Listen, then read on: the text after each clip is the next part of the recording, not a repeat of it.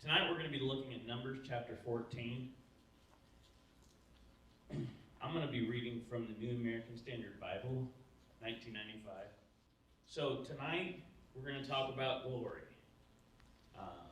My dad actually talked about glory a lot, and so it's always had me kind of, amazed by that term and by using that. But tonight I wanted to talk about don't turn away from the glory or the abundance. And God has had me do a lot of research into things, and so it's interesting things you learn there as well. But starting in verse 20, it says, "So the Lord," and when it says Lord, I think we've talked about this once before. It's talked about Jehovah, the existing one, the one true God. And I love the existing one because it talks about somebody who has always been, will always be, and is currently. And it's interesting, so you can say that said, "I have pardoned them according to your word." And so just so we can get a little bit of background, this is talking about Moses and, of course, the children of Israel. After the spies have gone in and looked at the land and came back and given them the report, and this is where it lands. And so Moses and God have the kind of like this debate going on. It's like, they didn't do this, and I'm taking them out. And Moses is like, "Oh, come on, God, you said blah, blah, blah, blah," And so they have this kind of, almost like I said, it's like a debate. And so this is God talking back to Moses and letting him know what's going on. And it says, "But indeed, as I live, all the earth will be filled with glory." And glory is talking about honor, abundance, riches, or splendor. And I like that because it's kind of all-inclusive, so it's not talking about just something that can't be seen or can't be noticed, but it's also things that can be seen and can be noticed by other people. So it's talking about the glory of the Lord. Surely all the men, now it says men, but the original meaning behind that was just people. It wasn't so much like men. It was the way they transcribed that at that time. "Who have seen my glory," and once again, that's abundance, riches, honor, and splendor, "and my miraculous signs."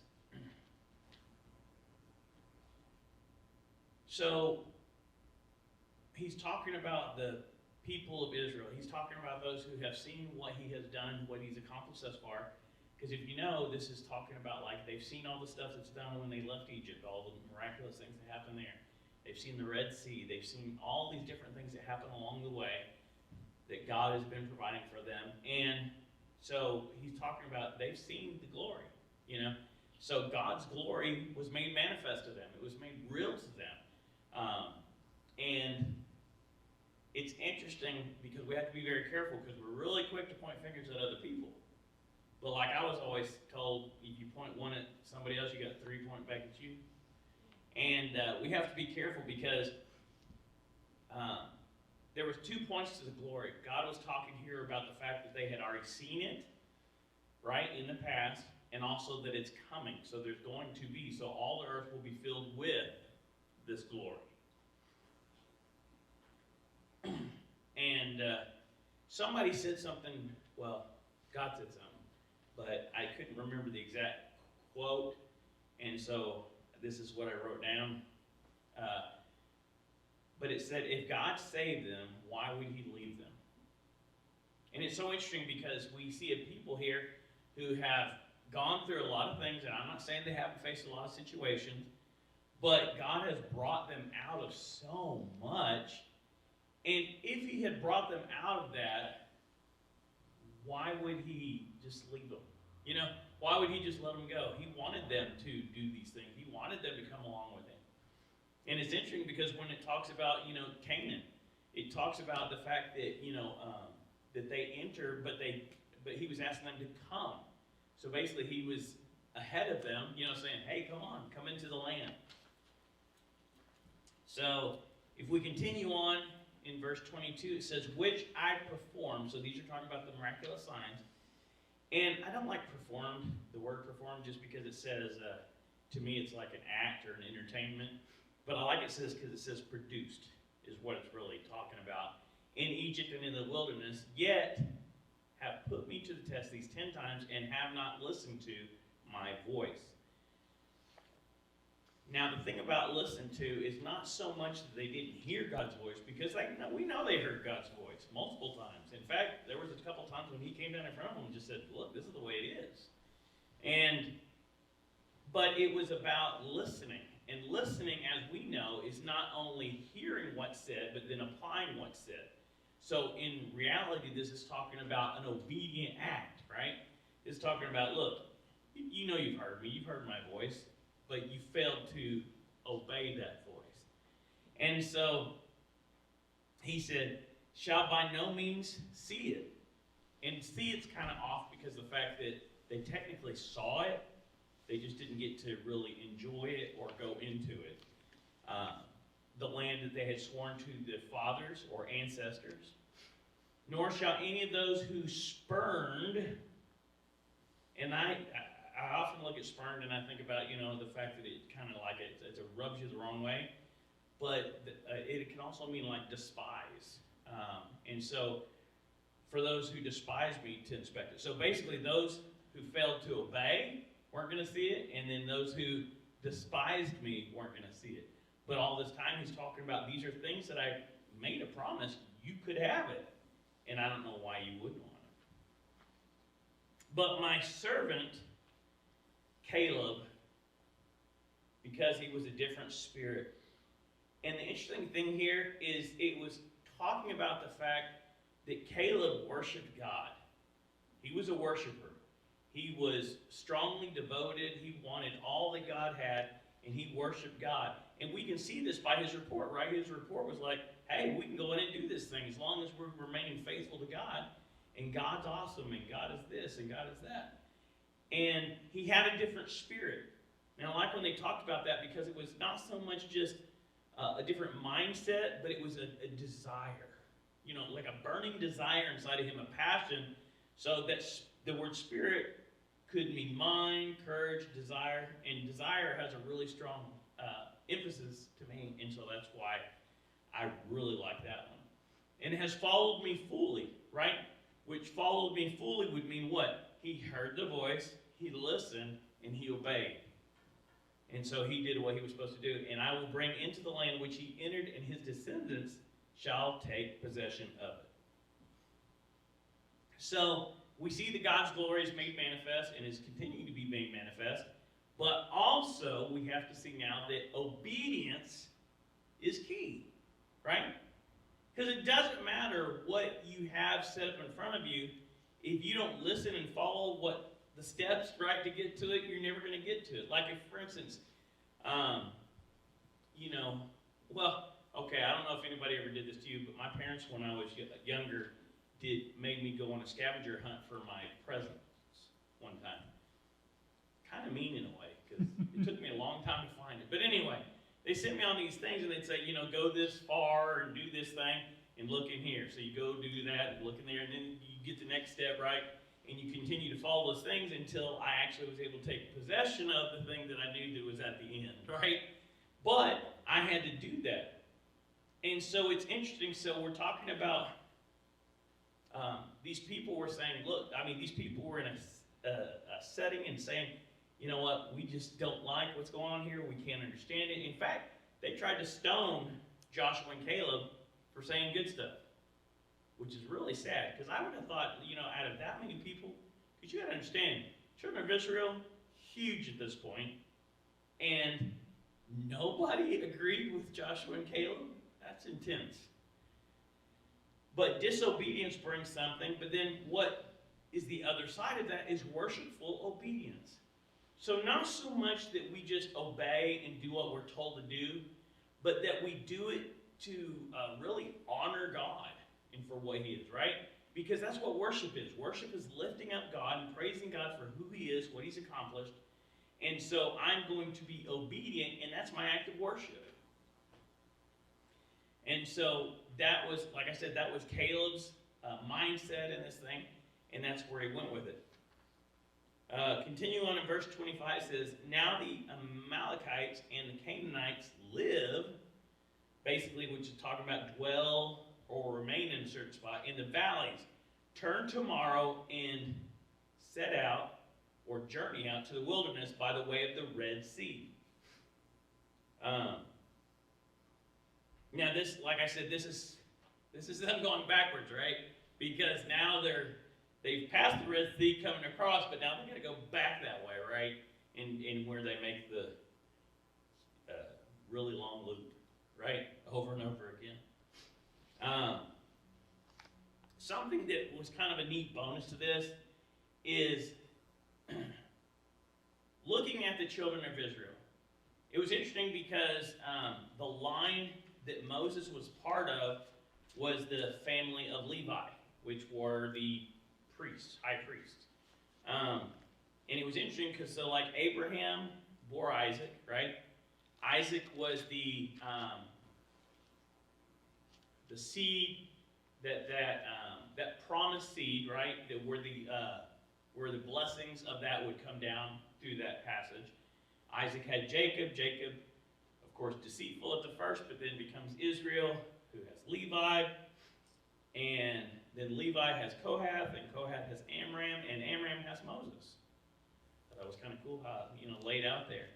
But what was interesting is if you go between this, and I've never figured this out, but you really have to look at the previous information and the information that comes after it, so you'll understand the full context. And so what I like about this is God was talking about that the fact that if you read back through Genesis, Exodus, up to Numbers, it's interesting because it talks about the fact that God's glory was made manifest while they were in Egypt. Now, at first, Egypt was a place where they found sanctuary, right? And so while they were there, this is when there was actually a multiplication and an increase of the descendants of Israel. Okay? And so they're growing. They grow so big, the Egyptians are like, there's too many of them. If they figure out how many of them there are and how many there are of us, they're going to overtake us, right? And so what they do, they put them into slavery and started, working them and started doing all these things. But it's interesting because Egypt was such a large empire and was so strong and did all this. And we look at God creating, showing his glory by growing and increasing them while they're in this and then falling into captivity as well. And so this is the weird part. So God increases them and grows them and does all this while they're in persecution. Yet when they get out of persecution and go to a smaller place, Canaan is much smaller than Egypt. And a lot less, things would have to be accomplished to be able to defeat it. And we're talking about a people who has increased so much that Egyptians were scared of them. And yet they were scared of walking into Canaan. I don't know, it just really laid a new perspective on it because it was like, God was almost saying, look, you're big. You got people scared, You are my people. I have blessed you. I have increased you. In fact, when they walked out of Egypt, they walked out with extra stuff. They walked out with gold and, tons of clothes, all kinds of things, animals and stuff. And so it's not so much that they just walked away, but they actually walked away with increase and better than they actually had even during the time that they were there because they excelled at that one point, and then, but like I said, even in the midst of their captivity times, they were doing that. And think about this. Never thought about this before, but during captivity, were they doing hard jobs or easy jobs? Yeah, I'm assuming hard jobs. And I'm assuming by hard jobs, I'm looking at some of the things that they showcase over time, and we're talking about making like giant stones and building all this stuff and then moving this stuff and lifting and carrying. I don't know about you, but if you lift and carry enough stuff, you won't get strong. So it's interesting, these people, it's almost like God is creating warriors here, in the midst of this. Now, they didn't see it that way, right? Because they saw it as, I got somebody after me with a whip, right? But it was interesting because as they did this, they were progressing, they were growing, they were, they were still being blessed. They were still able to have more kids. They were still increasing and multiplying. And then when they finally walked out of it, they walked out with more. And it's like, really?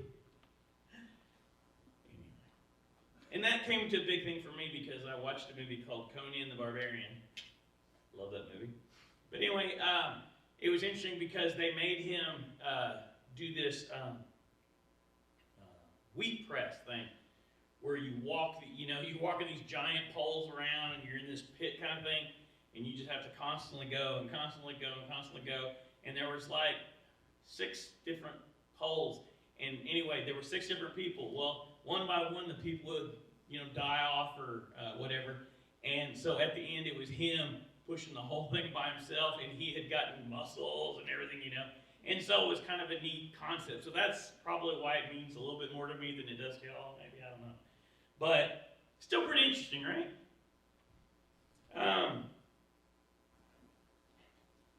So they're going back to the Red Sea. So, verse 26 says, "The Lord spoke to Moses and Aaron, saying, How long? How long shall I bear with this evil congregation?" Or another way of saying that is this disagreeable gathering, right?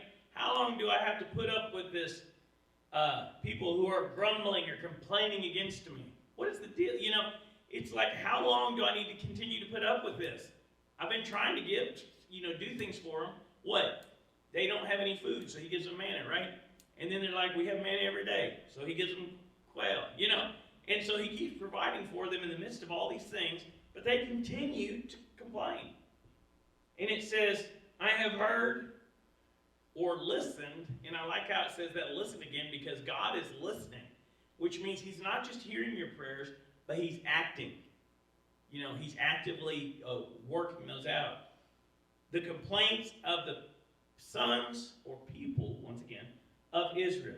I love what Israel means, and I've probably said this before, but Israel means God prevails. Isn't that cool? It's like, no matter what you say, the Israel people, God will prevail. But the people of Israel, which they are making against me. So this is still God talking. Say to them, as I live, says the Lord, just as you have spoken in my hearing, so I will surely do to you. Your corpses will fall in this wilderness, even all your numbered men according to your complete number, from 20 years old and upward, who have grumbled or complained against me. Surely you have not come into the land in which I swore to settle you.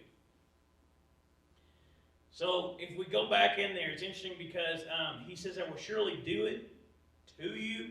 But actually, if you think about it, in the verbiage and stuff that it's trying to do, is it's trying to say basically he produced it. So basically, they said it, God produced it. He was listening, right?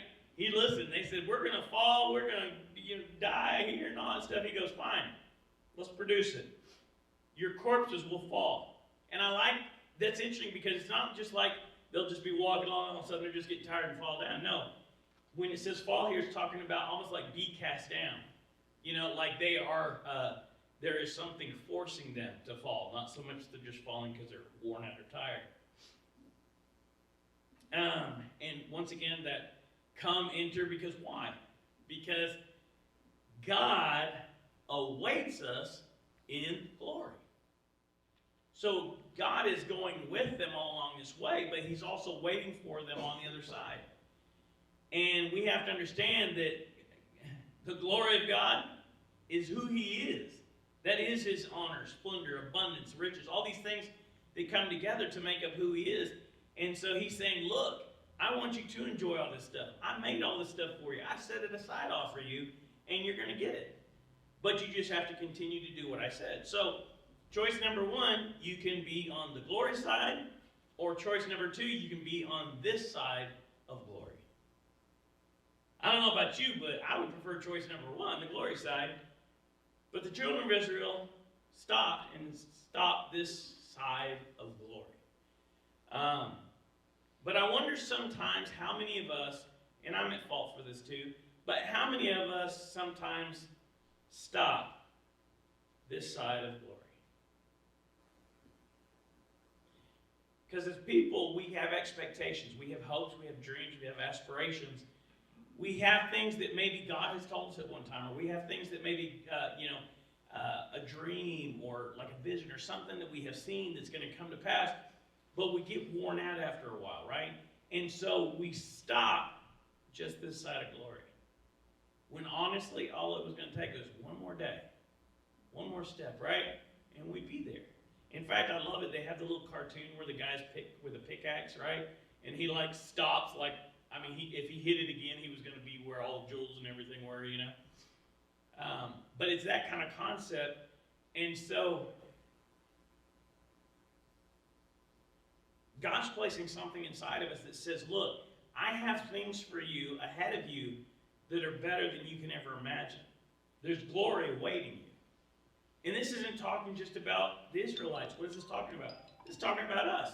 Because what? We are made descendants of the Abrahamic covenant, right? Which means that what? This is part of ours. We're going to enjoy more. We're going to see glory. We're going to have this abundance. And I know it's hard for me to talk about this because I don't have a lot of abundance. I live with mother-in-law. I make very little. It's just like sometimes I'm like, why is this thing happening? But it's interesting because it's like I told somebody the other day, I said, I know it's not supposed to be this way. I know there's something more there. I know that I can't quit. But so many times, like I said, we stop. This just short of it. And so I promised God, I said, God, I'm not going to completely give up. It's probably going to be frustrating quite a bit of the time. That's another thing we need to think about. So God awaits for us in glory. Now, there was an exception here, right? Because he didn't say, like, none of you are going to get in. So then he comes, so then in verse 30 it says, except Caleb and Joshua.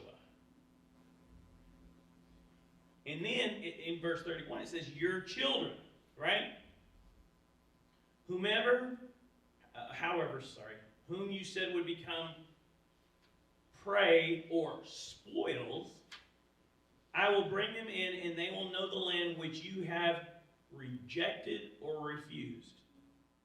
And it's interesting here because and this is crazy, but so they saw so much failure in what they were about to come into, which was impossible because God said what? It was going to be glorious, right? That they saw their kids not being prey, which would be something that would be attacked all the time, but spoils, meaning that they would be the prize, from defeating everything. And it's like, but these are going to be the people now who are going to get to go in and do this because guess what? You said no. But they're young enough still that they didn't have a part of that. And so they're going to get an opportunity to go into the land now that you refused. Ooh. Be careful about what you tell God you do want and don't want. But as for you, your corpses will fall. Once again, what is that? That's a cast down, right? It's that push. It's almost like they got to push over. In this wilderness, your sons or children shall be shepherds for 40 years in the wilderness, and they will suffer. This suffer word actually is really talking about endure. So basically, they will endure for your unfaithfulness. So they're going to have to go through extra because of what you committed. And the unfaithfulness was actually talking about fornication and idolatry. So what were they doing? They were putting flesh and other gods before anything. And that's what caused all the problems, right? Until your corpses lie in the wilderness. So basically, like, your kids are going to have to deal with this until you die off for what you have done. According to the numbers of days which you spied out or explored the land, 40 days for every day you shall, how long is this? You shall bear or carry your guilt, which was the consequence of their depravity and their iniquity. A year, even 40 years, and you will know my opposition. So the thing that's interesting here is we know that there were people during this time frame, and even after this time frame, that lived longer than these people were going to live, right? And so we know that there was a point when they were going to be cast down, meaning that the increase in the blessing that they had received previously, they had refused it. And so guess what? Now their bodies are going to fail sooner, right? Fall, be cast down. And then he goes, and then you will know my opposition. So when all this stuff happens, you're going to know that I gave you an opportunity to have something else, and you turned it down. Verse 35 says, I, the Lord, have spoken. Surely this I will do to all this evil congregation or disagreeable gathering who are gathered together against me. Wow. God was laying it straight, right? Not that you just didn't agree with me, but you were actually against me. You went on strike when I said go. In this wilderness shall be destroyed or meted to an end, and there they will die prematurely. That's intense, isn't it? So it's talking about the fact that, guess what? You're going to die sooner than you would have died otherwise. As for the men, or those who Moses sent out to spy out the land, in return, and made all the congregation grumble, once again, that gathering and complaining, right? Against him by bringing out a bad report. But it wasn't just a bad report, right? Because we know a bad report could be like you made a bad grade on your test or something. But it was an evil report. It was something that was like, this is not how it was.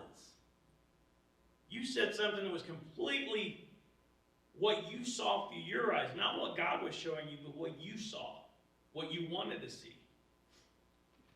And I like it because, like we talked about earlier, right?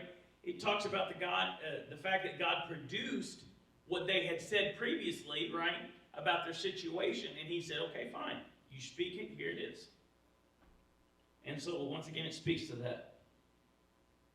Concerning the land, even these men who brought out the very evil report of the land died by a plague before the Lord. So they even got it worse, right? Because they had led astray. I couldn't imagine how many people there were. But Joshua, the son of Nun, and Caleb, the son of Jephunneh, remained alive out of those men or people who went to spy out the land. Now, what's interesting here is redemption is available. So, it didn't just cancel out all of Israel and say, look, you're just done, right? He didn't completely kill off all of them. What did he do? He allowed an opportunity for there to be a legacy out of this.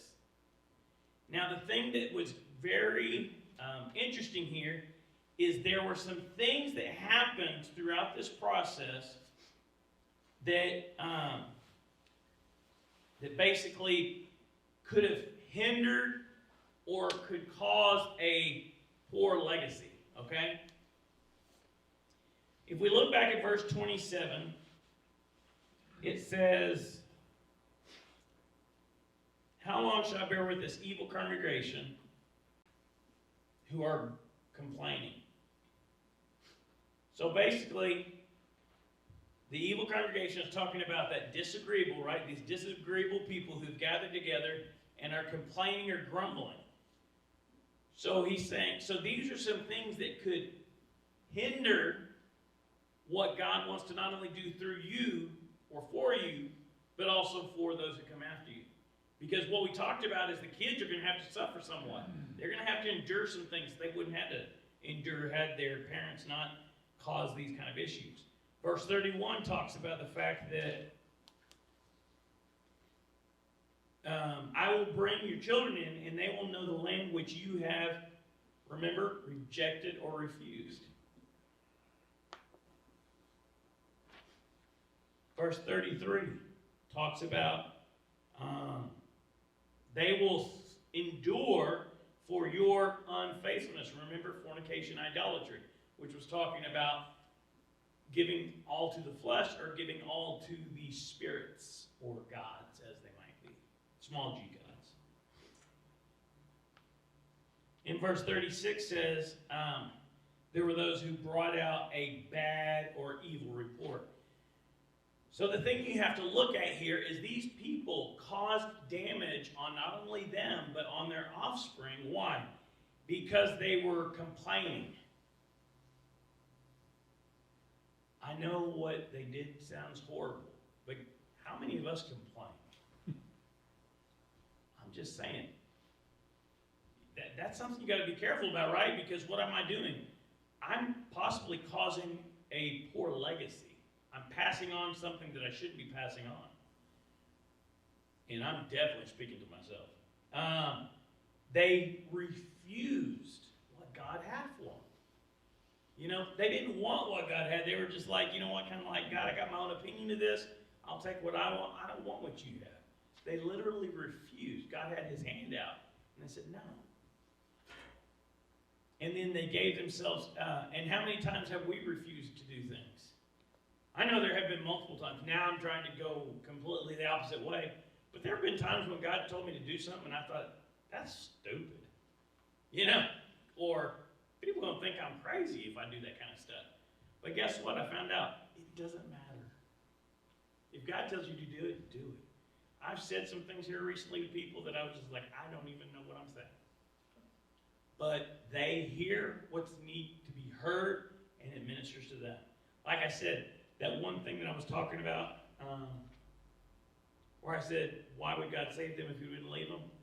That was something that I heard for when I was praying with Keith up in his hospital room. That I saved him, why would I leave him? And that's powerful, you know, but I wouldn't ever came up with something like that. I mean, I got a silver tongue, but I ain't got silver. And then they gave themselves to fornication or idolatry. Here's something interesting, because we have a tendency to look at fornication. But I think the thing is giving yourself over to the flesh, which honestly, that includes a lot more than just fornication, right? This thing right here is sometimes giving over to the flesh, right? The things that we do extra, the things that we go out for and things, we have to be careful what we're giving ourselves over to. Same thing with idolatry. Idolatry doesn't simply mean other deities. Like, it's not talking about like I go and worship Zeus. But it's talking about I am placing things above and before God. And that shouldn't happen, right? But there's times when we have tendencies to put things before God. I know it's not a thing anymore, but it used to be a big thing where, like, you know, golfing was a big thing for guys on Sunday morning, you know. So instead of being in service, they'd be at the golf course or something, you know. All these different things, but it's interesting how many things we allow to take a higher priority in our lives. And I'm not just saying kids doing sports and stuff. That's not what I'm trying to get at. I'm just trying to get at, make sure your heart's in the right place and you're doing things for the right reasons. And then the last thing is guess what? Stop talking evil. Stop giving that, like you were talking about the other day to me, stop giving that negativity power, you know, or whatever.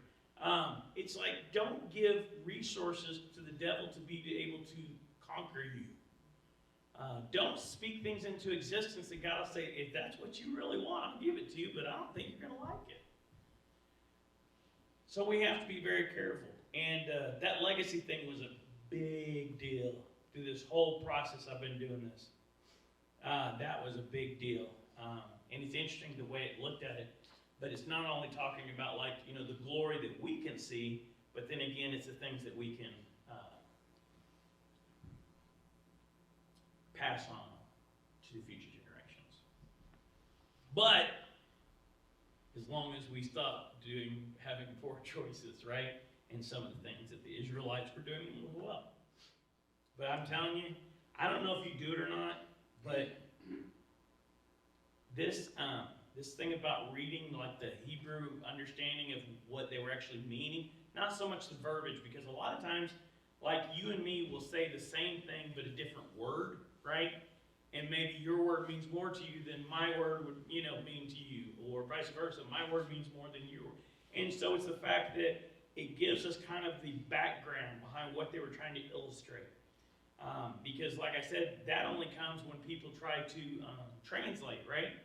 And if one person translated, that person's translating, that word may be a little different. Not that they're trying to chop it down or build it up or anything, but that's just how it is. And so going back and seeing some of these things has been very helpful. And a lot of it says it's Blue Letter Bible, but you can actually go online and find all kinds of resources for like looking at the Hebrew meaning behind Old Testament. And it'll actually go back and you can look at any chapter in the Bible, any verse in the Bible, and it will sit there and you can click on each of the words and see what kind of the meaning or the whole message was behind it. So, the questions. What does glory mean?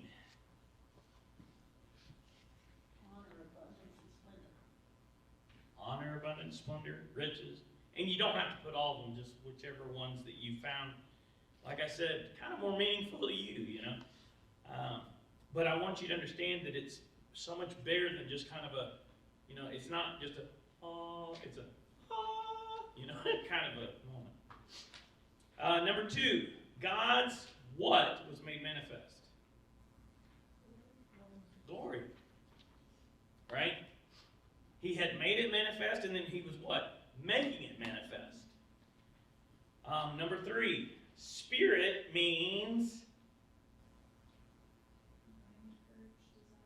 mind, courage, desire. Yeah, we were talking about Caleb, right? And we were talking about the fact that he had more of a desire, more of a, something inside of him that was going further and beyond. Number 4, what is key? Obedience, right? In fact, isn't that the scripture? Obedience is better than sacrifice? Yeah. See? Don't know where I remember some of this stuff from. Israel means what? God prevails. That's right. And here's the thing we have to understand. The thing we have to understand is that God was always going to be there for them. So he would prevail in the end. Number 6, God blank in the glory. Awaits us, yeah. He awaits for us to come where he is. He wants us to be present in that. Number 7, redemption is available. Yeah, it's available. He didn't just cut it off. He could have technically and been in his right to do it. Because we saw so many times within the Word of God that people were just like smoke dead, for doing things. Them and their whole household. So we know that things could have gone a lot worse. Number 8, who is exempt from being cut off from glory? Caleb and Joshua. Mm-hmm.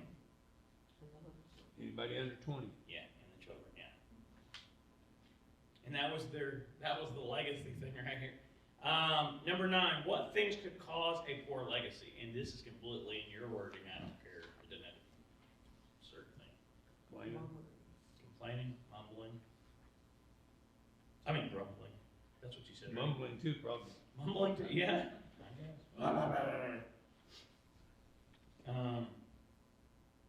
Things like rejected, refused, unfaithful, fornication, idolatry, bad report, evil report, There were so many different things that could have done this, but like I said, the thing we need to be careful about is understanding that these things are things that we have a tendency to do too. And so we have to be very careful because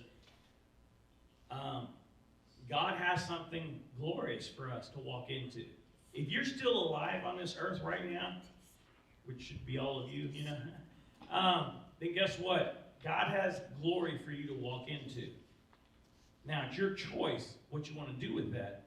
But as long as you continue to do what God tells you to do, you're obedient to His word and what He has for you, and you're pressing forward for that. And then, like I said, have the right attitude behind it too. Have the right the motivation behind it. Then you're going to walk into something amazing. And I'm not saying now, like I said, I may not be experiencing what I know is available, but I'm going to. And as far as I'm concerned, that's more powerful than anything else I could give you, because if I was one of these multimillionaires and said, God made all this possible, that'd be fine. But I think it's a little bit stronger sometimes when I can say I believe it and I don't have it. So believe that God has more for you. He has glory. He has abundance. Amen.